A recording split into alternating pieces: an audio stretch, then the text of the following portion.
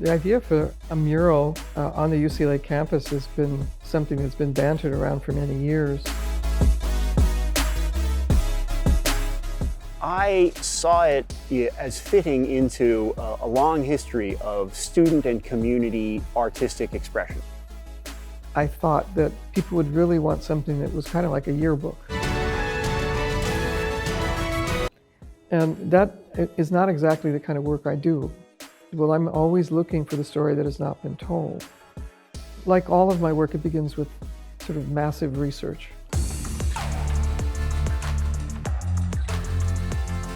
We initially started going back and looking at Indigenous land. I was looking through the UCLA timeline, as well as getting a lot of archival images.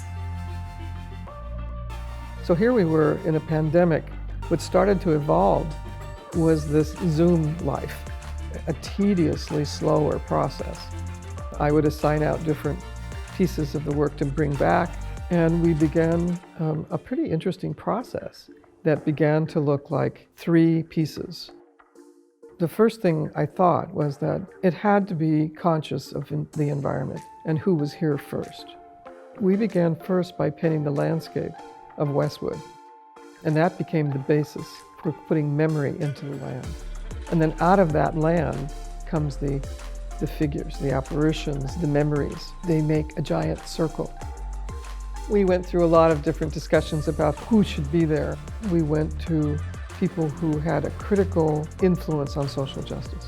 Compositionally, trying to piece together everybody in such a way that the panel doesn't read as too cluttered and you have a clear sense of there being sort of a circular connection, an underlying system of musical harmony.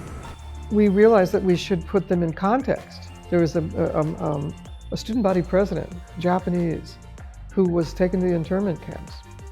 So we put him in the mural. But it didn't mean anything with him standing there and looking very Ivy League and very handsome. What we needed to do is to put Manzanar behind him, looming.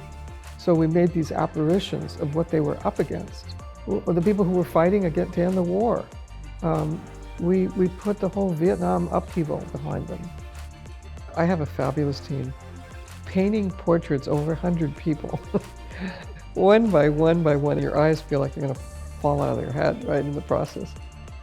Spark has a particular way of just always getting things done. There's a Spark spirit about it. I'm so grateful that they were able to carry it out with and without me at times. I loved it. I still love it. Every time I look at it, I smile. The woman who found the black hole in outer space, she looks like she's having fun. That's exciting.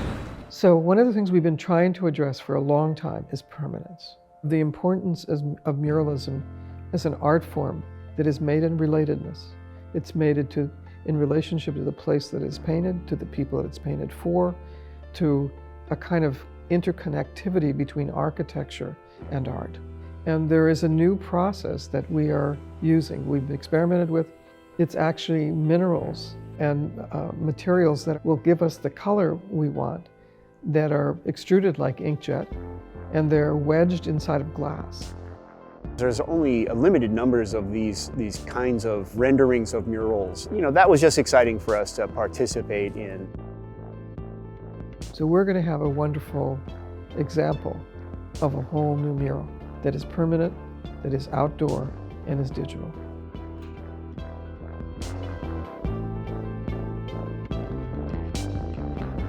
We were making this work in a pandemic.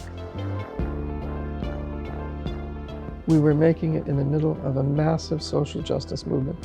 We were making it at a time in which we were dealing with profound issues of global warming. An artist doesn't work independently of the place they are or the time they are living. They're totally affected by that. I hope that we express the sentiments of others who were going through that time.